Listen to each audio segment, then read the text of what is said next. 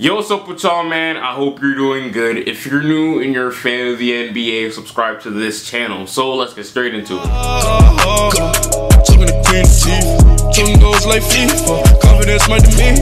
Raptors would beat the Cavs in 6 games. 6 games. They'd close them out in 6 games if they played right now.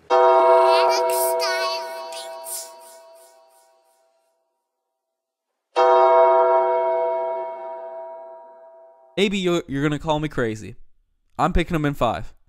I believe if we can get the first 2 games at home, get 1 on the road, game 5 in Toronto, it's over. Ready for it. We know what they're going to do to DeMar and Kyle Lowry. They were trying to double Lowry and DeMar. But this year, that's not going to happen. This year, we will beat them. They're not going to win even 1 game. This Raptors in 4. You guys better share this video on YouTube, on Instagram, everywhere on the media, because we know this. We will be ready for it. We will sweep them in 4. Oh, fuck!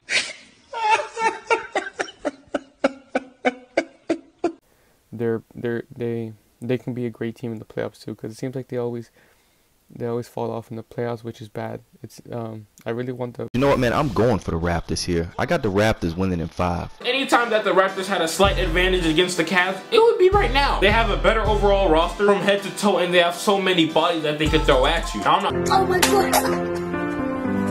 Y'all hear that last part? Even I myself had confidence in the Raptors to at least do something in this series. The Raptors had so many supporters and believers rooting for them, and people swore that this was their season. This team was supposed to be different from years past. Because of the new dynamic that they produced, we all expected a different outcome. They upgraded their bench, and they also adopted a new playstyle, which involved more ball movement and less isolation. Y'all did all this for 1 year just to get smacked in 4.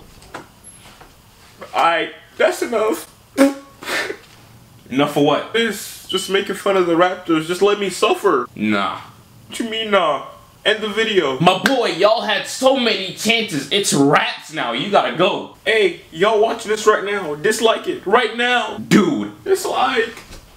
Let's take a quick look at the Raptors postseason history against the Cavs. So they first met LeBron James in the playoffs back in 2016. The Raptors played the Cavs well, and they took them to a tough 6-game series. So that L really wasn't that bad. It wasn't embarrassing, it was just one of those series losses that motivated you, or at least should motivate you, to elevate your game. The following year, the Raptors entered the postseason as the 3rd seed in the East, winning 51 games. And the Raptors added PJ Tucker to their roster, specifically to contain, or at least try to contain, LeBron James. PJ has been known to be a tough, gritty defender around the league, so the Raptors scooped him up thinking that he would give them the edge. But as we all know, it ain't matter. The LeBron James and Kyrie Irving led Cavaliers swept them in 4. And a whole year later, here we are talking about how the Raptors got swept again. They put in all that work adopting a new play style, forcing DeMar DeRozan and Kyle Lowry to switch up their style of play, just so they can get their hearts ripped out and stomped on again. The Raptors had all the momentum leading up to this series because they just set the franchise record in regular season wins. They had the best bench in the NBA, and more importantly than all of that, they were catching the Cavs at their weakest. Victor Oladipo just pushed the Cavs to 7 games, so the Cavs were fatigued and they really didn't have a game plan entering the series. Every other Cavalier besides LeBron James and Kyle Korver was struggling to find their shot, and none of them had any rhythm. This was Toronto's last actual shot at beating LeBron James, because I can guarantee you that LeBron will never, ever have his supporting cast struggling like this ever again. So after this terrible loss, what's next for the Raptors? What does this mean? Well, I'm gonna give you my opinion on what should go down this offseason. The Raptors need retooling. They don't need to rebuild. You gotta take a look at the top of their shit, their leaders: Kyle Lowry, DeMar DeRozan, and Dwane Casey. First, let's start off with their franchise player, DeMar DeRozan. Look, yo, DeMar DeRozan isn't a franchise player, so I don't even know why I just called him that. He cannot be the guy to lead his team to a championship. He's proven that to us these last 3-4 years. DeMar hasn't been bad in the postseason. In fact, he's been improving his game each and every year, but he just can't take it to that superstar level and maintain it. DeMar DeRozan is one of those. He's in the same class as Paul George and Damian Lillard. No, those guys are stars, but they aren't reliable first options on championship level teams. DeMar averaged 23 points, 4 assists on 43% shooting from the field and 28% shooting from 3. Those numbers look okay, but they don't really tell the truth. DeMar has been pure cheeks in the 4th quarter, and sometimes in the 4th he didn't even get any playing time. He just simply doesn't show up. DeMar has the worst plus minus when he's on the court with LeBron James. To be honest, I don't even think DeMar himself truly deep down believes he can beat LeBron James. Just listen to this interview that he had after last year's L against the Cavaliers. If we had LeBron on our team too, we would have won. If we had LeBron James too, we would have won. Look, man, I don't know about you guys, but I wouldn't want my franchise player have those words come out of his mouth.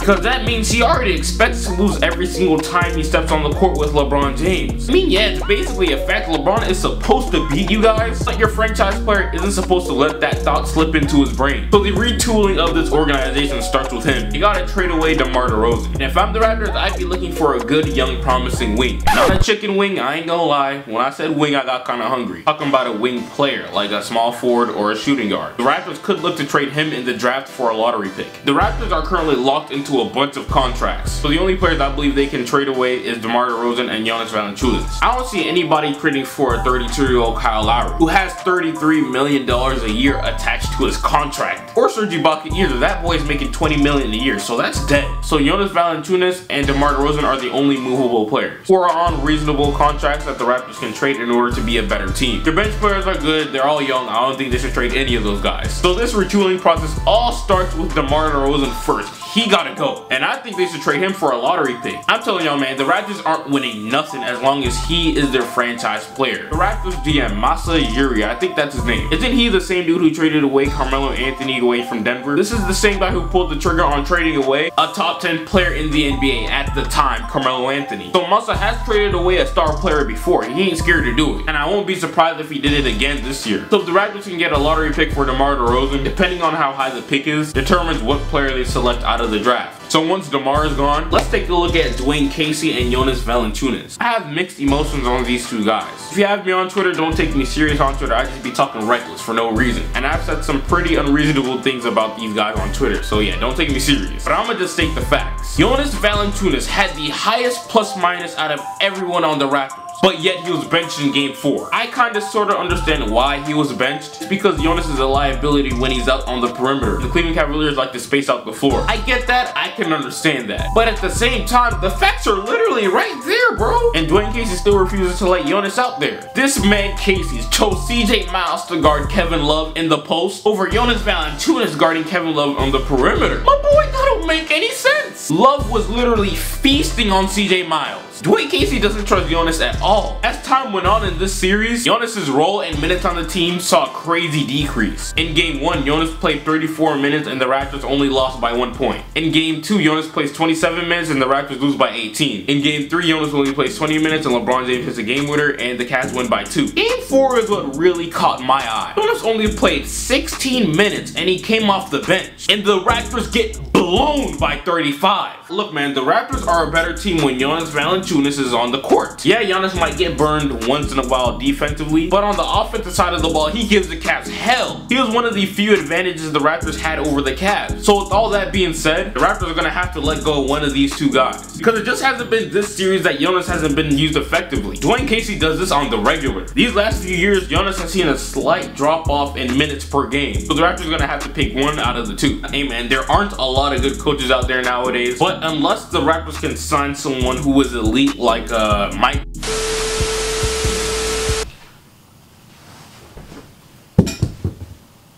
So my camera just died, and as I was sitting down, you know, eating my oatmeal waiting for my camera to finish charging, Dwane Casey just got fired.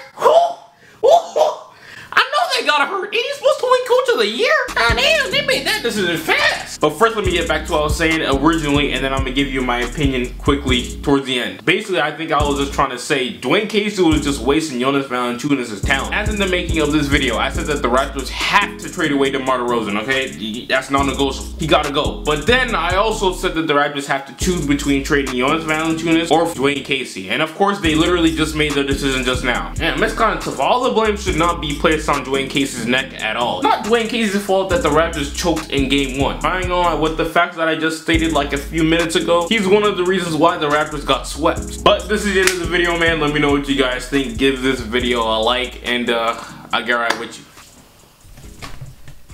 No way, no way, yeah, yeah. When I couldn't get a play, yeah, yeah. No hope, I gon' stay, I got the work, made the surf, free the way, Told my girl who'd ever